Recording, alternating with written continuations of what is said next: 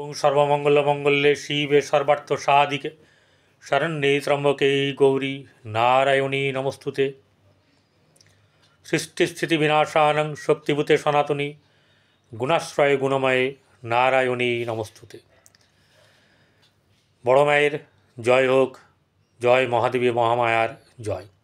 প্রত্যেকের জীবন আনন্দময় হোক, সুখের হোক এবং প্রত্যেকের সংসার ধর্ম এবং কর্মজীবন আনন্দের সঙ্গে কাটুক। শ্রী শ্রী পদ্মাবতী মা এবং বড় মায়ের কাছে প্রার্থনা করি।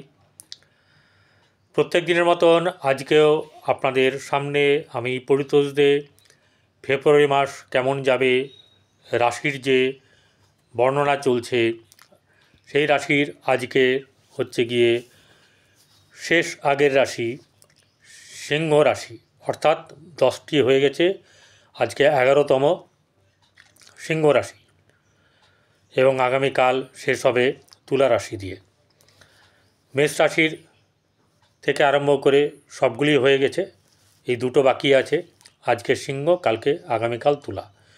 তো সিংহ রাশির জাতক জাতিকাদের যে এই ফেব্রুয়ারি মাস কেমন যাবে তা শুরু করব। প্রথমেই একটু বলে রাখি যে আপনাদের চলতে চলতে জীবনে কি হয়, অনেক সময় মানুষ একা হয়ে পড়ে। যখন কি না কোনো ব্যক্তি একা হয়ে পড়ে, তখন সে ভালো করে নিজের মতন করে বাঁচতে শেখে, লড়াই করতে শেখে এবং লড়াই করে জিততে কি করে হয় তা দেখিয়ে দিতে পারে। এই হচ্ছে কিন্তু এর মধ্যে সিংহ রাশিও কিন্তু তাই। এবং একটাই ব্যাপার, সে মনে মনে ভাবে আমার তো আর হারানোর কিছু নেই। সিংহ রাশির জাতক জাতিকাদের, অর্থাৎ আমার যারা দর্শক বৃন্দ ভিডিও যারা দেখেন, সিংহ রাশির প্রচুর মানুষের কাছ থেকে প্রচুর আশীর্বাদ আমি পেয়েছি এবং সেটি হচ্ছে সত্য ঘটনা তুলে ধরার জন্য। প্রথমেই বলে রাখি যে আমি শুধুমাত্র চন্দ্র সাপেক্ষে গোচর বিচার করছি।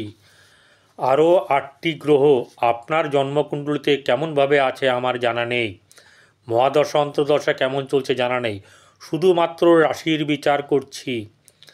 অর্থাৎ একটি চন্দ্র সে কোথায় বসে আছে, তার পরিপ্রেক্ষিতে বর্তমান সময়ের গ্রহরা, আদার্স গ্রহরা কোথায় কীভাবে আছে তার উপরে বলছি। তার সঙ্গে আপনার মিলতে পারে, নাও মিলতে পারে।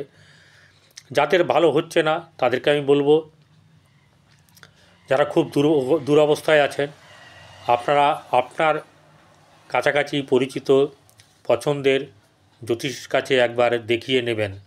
ফিস যাচ্ছে, যে টাকায় লাগে লাগুক, ফিস দিতে অনীহা করবেন না। প্রতিকার নেবেন না নেবেন আপনার ব্যাপার। কেউ যদি আমার কাছে আপনাদের জন্মকুণ্ডলী বিচার করাতে চান, তাহলে 8906781462 এই নাম্বারে আগে ফোন করবেন। কেউ ডাইরেক্টলি হোয়াটসঅ্যাপ নাম্বার পেয়ে হোয়াটসঅ্যাপে যোগ হবেন না, অনুরোধ করছি। কারণ অনেকে ডেট অফ বার্থ টাইম দিয়ে ফুস করে উড়ে যায় আর তার দেখা পাওয়া যায় না। এই সব মানুষগুলো ঠিক আমার পছন্দের নয়। কথা বলবেন, না পৌঁছালে করবেন না। ফিজ আমার ফিজ যা লাগবে সেটা আমাকে দিতে হবে। আপনি প্রতিকার করবেন না করবেন আপনার ব্যাপার, আমি সব বলে দেবো কী করতে হবে না করতে হবে। আমার কাছে কোনো জোরাজুরি নেই, কোনো ভয় দেখাবার ব্যাপার নেই এবং আপনার পাশে আমি থাকব, এই যদি আপনি আমার কথা মতন চলেন। তো যাই হোক, ফেব্রুয়ারি মাস শুরু হচ্ছে কোন বার দিয়ে? শনিবার ফেব্রুয়ারি মাস শুরু হচ্ছে। বাংলার 18ই মাঘ, শুক্লপক্ষের তৃতীয়া, শনি এবং চন্দ্র সংযোগ সেদিনকে হবে এবং আপনার 8:59 গতে এই চন্দ্র কুম্ভ থেকে মীন রাশিতে যাবে এবং রাত্রি 3:37 গতে শুক্রের সঙ্গে চন্দ্রের সংযোগ হবে। রবি মকরে 13ই ফেব্রুয়ারি কুম্ভে চলে যাবে, অর্থাৎ রবি মকরে থাকবে, 13ই ফেব্রুয়ারি কুম্ভে যাবে। কুম্ভে 13 তারিখ থেকে তার ফল দান করতে থাকবে এবং সেটা ভালো হবে। চন্দ্র কুম্ভ রাশির পূর্ব ভাদ্রপদ নক্ষত্র থেকে যাত্রা শুরু করবে এবং এই চলতে চলতে সে অমাবস্যা তিথি কুম্ভ রাশির শতবিশা নক্ষত্রে গিয়ে তার এই 1 থেকে 28 তারিখের যাত্রা শেষ করবে। মঙ্গল মিথুনে বক্রি অবস্থায় থাকবে। 24শে ফেব্রুয়ারি ডাইরেক্ট হয়ে যাবে, অর্থাৎ 24শে ফেব্রুয়ারি থেকে আপনার কিন্তু ভালো হতে থাকবে এই মঙ্গলের দিক থেকে। আচ্ছা, বুধ 11ই ফেব্রুয়ারি 12:55 গতে মকর থেকে কুম্ভে চলে যাবে শনির সঙ্গে, ঠিক আছে, যেটা আপনার সপ্তম ঘর, ব্যবসার ঘর, ব্যবসাপতি যাচ্ছে এবং সে দ্বিতীয় ভাবের অধিপতি এবং হচ্ছে গিয়ে আপনার একাদশ ভাবের অধিপতি। এই বুধ আবার 27শে ফেব্রুয়ারি মীন রাশিতে গিয়ে নিচস্থ হয়ে যাবে। বৃহস্পতি চতুর্থ দিনে অর্থাৎ ফেব্রুয়ারি 4 তারিখে কি করবে, ডাইরেক্ট হয়ে যাবে। তাতে আপনার সোনায় সোহাগা সুন্দর হবে আপনার অনেক ক্ষেত্রে। কী কী ক্ষেত্রে হবে আগে শুনতে থাকবেন, ভিডিওটি স্কিপ করবেন না। আচ্ছা, শুক্র মীন রাশিতে থাকবে, শনি কুম্ভ রাশিতে, রাহু মীন রাশিতে, কেতু কন্যায় থাকবে। এবারে যে যা জিনিস আমি বলবো এর পরিপ্রেক্ষিতে সেগুলো আপনি খেয়াল রাখবেন। কোনো নেগেটিভ জিনিসকে আপনি প্রশ্রয় দেবেন না। কারণ একটা কথা বলে দিই, সূর্য যখন মকরে চলে গেছে, অর্থাৎ মকরে আছে, অর্থাৎ সে উত্তরায়ণে আছে, নেগেটিভ থেকে পজিটিভ হয়ে গেছে। আপনার ভয় কিসের? এই রবি আপনার দ্বাদশ হয়ে গেছে, রাশিপতি দ্বাদশে, অর্থাৎ দ্বাদশ বলতে ষষ্ঠ, আপনার সপ্তমের দ্বাদশ, ঠিক আছে। তো সপ্তমের দ্বাদশ কী হবে আর আপনার থেকে ষষ্ঠভাবে কী হবে সেটা আমি এখানে বর্ণনা করছি। তবে প্রথমেই বলে রাখি, আপনার কোন কোন দিনগুলো আপনাকে একটু সচেতন থাকতে হবে, নজরে থাকতে হবে, সেই দিনগুলো আপনার খারাপ যাওয়ার বা সম্ভাবনা আছে। কারণ মাসের প্রতিটি দিন তো ভালো যাবে না, তো কোন দিনগুলোতে আপনি একটু সতর্ক থাকবেন সেটা আমি বলে দিচ্ছি। যেমন 4, 8 এবং 12 এই রাশিগুলোতে যখন চন্দ্র থাকবে তখন কিন্তু আপনাদের খারাপ যাবে। যেমন ধরুন 2 এবং 3, এই 2 আর 3 তারিখে যখন থাকবে সেটা অষ্টম ভাব দিয়ে পাস করবে, তখন খারাপ যাবে। 10, 11, 12 দ্বাদশ ভাব, ব্যয়স্থান, অশুভ ভাব এখান দিয়ে পার করবে, যখন সেই দিনগুলো খারাপ যাবে। 20, 21, 22 চতুর্থভাবে চন্দ্র যখন থাকবে তখন এই দিনগুলোতে সতর্ক থাকবেন, এগুলোতে খারাপ যাওয়ার বা অশুভ হওয়ার সম্ভাবনা থাকবে। এই ফেব্রুয়ারি মাসে যারা একদম হাতের বাইরে কোনোভাবে নিজের এই সময়টাকে যেতে দেবেন না, ঠিক আছে। আপনারা যেটা করবেন সেটা হচ্ছে গিয়ে অন্ধকারকে তাড়ানোর জন্য চেষ্টা করবেন না, বরং একটি প্রদীপ জ্বালুন। এটাই হচ্ছে আপনার সঠিকভাবে, অর্থাৎ সঠিকভাবে বিবেক দিয়ে নিজেকে চেষ্টা করবেন, কোনোভাবে অবহেলা, তুচ্ছতাচ্ছিল্য এবং আপনার হেয় কোনো কিছু করবেন না, সময়কেও না, কাউকেই না। ব্যবহার ভালো করবেন, আপনার এই সময়কে পূর্ণভাবে কাজে লাগাবেন। জ্ঞানের দিক থেকে জ্ঞান নেবেন, আহরণ করবেন, জ্ঞানকে আপনি সমৃদ্ধ করবেন এবং পথে এগিয়ে যাবেন। বৃহস্পতি যখন আপনার ডাইরেক্ট হয়ে যাবে তখন আপনার দশমভাবে থাকবে। এই দশমভাবে এই কর্মগুলির সঙ্গে যারা জড়িয়ে, অর্থাৎ চাকরিতে অথবা ব্যবসা সপ্তম, ঠিক আছে। এই সপ্তমভাবে বলবো, দশমভাবেও বলবো। তো এই দশমভাবে এই সব কর্মের সঙ্গে বা এইসব ব্যবসার সাথে তাদের জড়িয়ে তাদের ব্যাপারগুলো আমি বলছি। যেমন খাদ্যদ্রব্যের সঙ্গে যারা জড়িয়ে তাদের খুব ভালো হবে, এবং অর্নামেন্টস, গোল্ড এসব ব্যাপারে যাদের আছে, পোশাক আশাক এসব ব্যাপারে কিন্তু খুব ভালো যাবে। এবং সবচেয়ে বড় হচ্ছে যে খাদ্যদ্রব্যের যে ব্যবসা, তাতে ড্রাই ফ্রুট হতে পারে, যে কোনো ড্রাই ফ্রুট, ক্যাটারিংয়ের ব্যবসা, হোটেল, মোটেল এবং রেস্টুরেন্ট ইত্যাদির, ক্যাফে, ঠিক আছে, ঠেক, এরকম ধরনের যে জায়গাগুলো আছে সেখানে আপনার চলবে ভালো। এবং আপনার হচ্ছে গিয়ে যারা রিক্রুটমেন্ট সেন্টার চালান, যারা এডুকেশন সেক্টর চালান, যারা হেলথ রিলেটেড ব্যবসা করছেন বা সেই কাজের সঙ্গে কর্মের সঙ্গে যুক্ত আছেন, তাদের কিন্তু ভালো রেজাল্ট তারা পাবেন। অর্থ খুব ভালো আসবে, লাভবান আপনারা হবেন। Building construction, building materials, building, মানে আপনার যেটাকে বলছে রিয়েল এস্টেটের ব্যবসা, এগুলো কিন্তু আপনাদের বেশ ভালো যাবে এবং সেটা 12 তারিখের পর থেকে যাবে।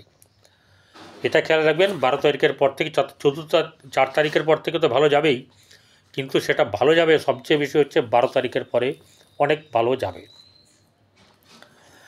তবে একটা ব্যাপার হচ্ছে যে এই সময় আপনার ভ্রমণও হবে, মুনাফা লাভ হবে অনেক। 12 তারিখের আগে আপনাকে কিন্তু অনেকটা সচেতন থাকতে হবে। যেমন এমন কোনো ব্যাপার নিয়ে ঘাটাঘাটি ছেঁড়াছিঁড়ি কাটাকাটি করবেন না যাতে লিগ্যাল কমপ্লিকেশন আসতে পারে। এবং সবচেয়ে বড় হচ্ছে যে আপনারা যে কোনো কাজ করবেন, যেমন নতুন কিছু তৈরি করা, নতুন কেনাকাটা, নতুন ডিলিংস কারোর সঙ্গে 12 তারিখের পর করবেন, আগে নয়। পয়সা আপনার ফেঁসে যেতে পারে, পয়সা মেরে দিতে পারে, আপনার সঙ্গে শত্রুতা বাড়তে পারে, আপনার আরও জিনিস হতে পারে যেগুলো হচ্ছে গিয়ে আপনার পয়সা ফেঁসে যেতে পারে। এবারে আপনার কিন্তু 12 তারিখের পর থেকে ধীরে ধীরে যারা ঋণ নিয়ে রেখেছেন, অনেকেই ঋণ নিয়ে রেখেছেন, সেই ঋণ কিন্তু আস্তে আস্তে ধীরে ধীরে মিটে যাবে। এবং যারা আপনার অনলাইনে বা অফলাইনে ব্যবসা করেন, ঠিক আছে, সোশ্যাল মিডিয়ার দ্বারা, তাদের কিন্তু ভালো হবে। বিশেষ করে ইন্টেরিয়র ডেকোরেশনের কাজ আপনাদের খুব ভালো চলবে। এই গেল ব্যবসা এবং কর্মের জগতের জায়গা। এবারে এক এক করে আর বাদবাকি জায়গাগুলো আসবো। সেটা হচ্ছে গিয়ে এবার দ্বিতীয়ভাবে কেতু বসে আছে, এখানে মঙ্গলের দৃষ্টি আছে, রাহুর দৃষ্টি আছে, বৃহস্পতিরও দৃষ্টি আছে, আবার শুক্রেরও দৃষ্টি আছে। তাহলে এই জায়গাটা কি হবে, আপনার আর্থিক দিক কিন্তু খুব ভালো আসবে। মানে মাঝে মাঝেই অনেকটা করে অর্থ রোজগার আপনার হবে। কিন্তু একটা ব্যাপার, এই রোজগার হবে তারই যার জন্মকুণ্ডলী ভালো আছে, যার মহাদশা অন্তর্দশা ভালো চলছে তার হবে। যার খুব খারাপ তাকে বলছি প্রতিকার করিয়ে নিন আপনার যাদেরকে পছন্দ তার কাছ থেকে। এবারে আপনার তৃতীয় ভাব, সেই জায়গাটা হচ্ছে গিয়ে ভাতৃভাব আপনার মোটামুটি শুভ। গৃহের শুভভাব বজায় থাকবে, আপনার গৃহে শুভ অনুষ্ঠান এবং শুভ মাঙ্গলিক কার্য আপনার হওয়ার সম্ভাবনা আছে গৃহে।